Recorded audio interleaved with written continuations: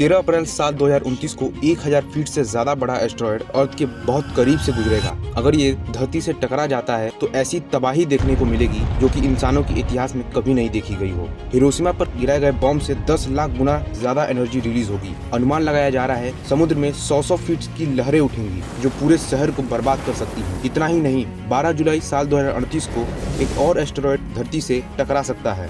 इस पोस्ट को देखिए, इसके टकराने का चांस 72% है। नासा ने ऑलरेडी अलर्ट इशू कर दिया है। नासा के पोस्ट करने के कुछ ही हफ्ते बाद इसरो के चीफ ने भी वार्निंग दे दी है। इसरो चीफ का कहना है कि मार्स पर माइग्रेट करना एक ऑप्शन हो सकता है और सारी ग्लोबल स्पेस एजेंसियां इस पर वर्क करना शुरू कर चुकी हैं। आखिर कितनी सच्चाई है इस न्यूज में और कौन कौन से वो एस्टेरॉयड हैं जो अर्थ से टकरा सकते हैं, और नासा या जितने भी ग्लोबल स्पेस एजेंसियां हैं उनका क्या प्लान है, आइए समझने की कोशिश करते हैं इस वीडियो में।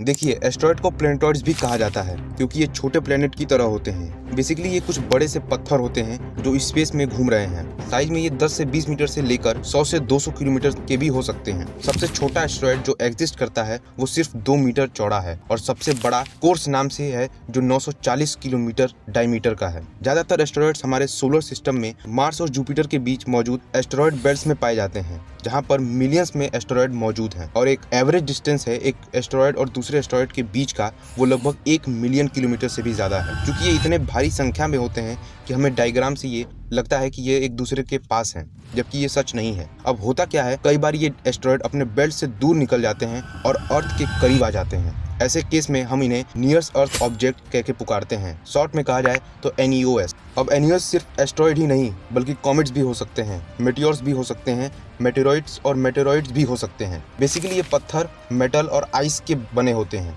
अब इसमें सवाल उठता है कि क्या प्रोबेबिलिटी है इनके टकराने की। इस IP मैक्स रिस्क लिस्ट के सेक्शन को देखिए, यहाँ पर मैक्सिमम प्रोबेबिलिटी लिखी हुई है और इसके पीछे वाले सेक्शन में डायमीटर लिखा गया है कि ये एस्टेरॉयड या कॉमेट्स कितने बड़े हैं। इस रिस्क लिस्ट में टॉप 3 सबसे खतरनाक एस्टेरॉयड को थोड़ा डिटेल में समझते हैं। नंबर 1 पर है 2023 VD3 एस्टेरॉयड। इसमें ये जो 2023 है, इसके नाम से इसका पता चलता है कि ये एस्टेरॉयड साल 2023 में डिस्कवर किया गया था। साइज में ये काफी छोटा है, सिर्फ 11 से 24 मीटर बड़ा है। अर्थ से ये टकरा सकता है 18 नवंबर साल 2034 को और टकराने की प्रोबेबिलिटी है 1 in 387, यानी कि परसेंटेज में कहा जाए तो 0.25% चांस है। इसके टकराने का ये काफी बड़ा चांस है। यही कारण है कि साइज में इतने छोटे होने के बावजूद भी इसे नंबर 1 पर रखा गया है। रिस्क लिस्ट में सेकंड पोजीशन पर है 9079X13 एस्टेरॉयड।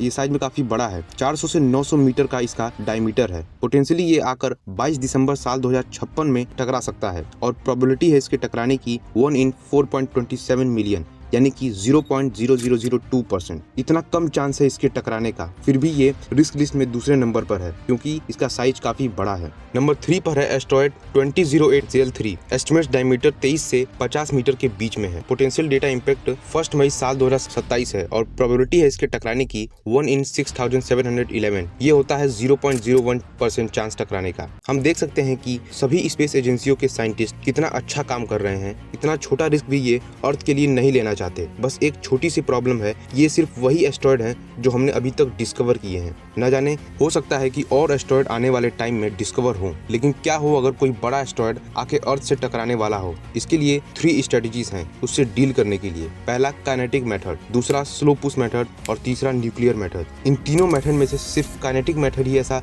मेथड है जिसको रियल लाइफ में सक्सेसफुली टेस्ट किया गया है। इससे हम एक स्पेसक्राफ्ट भेजते हैं जो एस्टेरॉयड को टक्कर मार के उसका रास्ता बदल देता है। इस टेस्ट को नासा ने किया था 2 साल पहले डबल एस्टेरॉयड रिडायरेक्शन टेस्ट के नाम से। 26 सितंबर साल 2022 को 170 मीटर वाइड बड़ा डाइम्फोसस एस्टेरॉयड कहीं स्पेस में बहुत दूर मौजूद था, पर नासा का स्पेसक्राफ्ट ले जाकर उस पर क्रैश कराया गया। इस एस्टेरॉयड से हमें कोई खतरा नहीं था, बस इसे एक एक्सपेरिमेंट करने के लिए यूज किया गया था, ये दिखाने के लिए कि क्या ऐसा करने पर सच में एस्टेरॉयड का ऑर्बिट बदलता है या नहीं। इस टकराव का एक वीडियो भी है जो आपको स्क्रीन पर दिखाई दे रहा होगा। इसके बाद जब नासा ने देखा तो सच में एस्टेरॉयड का ऑर्बिट बदल गया था। दूसरा तरीका है slow push and pull method. इसमें हम धीरे धीरे करके एस्ट्रॉयड का ऑर्बिट बदलते हैं। बेसिकली इसमें सोलर एनर्जी का इस्तेमाल किया जाता है। एक स्पेस एयरक्राफ्ट एस्ट्रॉयड के पास जाकर सूरज की रेजेस को एस्ट्रॉयड पर कॉन्सेंट्रेट किया जाता है, जिससे एस्ट्रॉयड का एक हिस्सा वेपराइज होकर अपना ऑर्बिट बदल देता है। लेकिन इस मेथड का अभी तक इस्तेमाल नहीं किया गया है। शायद साइंटिस्ट इस चीज को लेकर श्योर नहीं है। तीसरा तरीका है न्यूक्लियर मेथड। एक न्यूक्लियर बॉम्ब को एयरक्राफ्ट पे लोड करके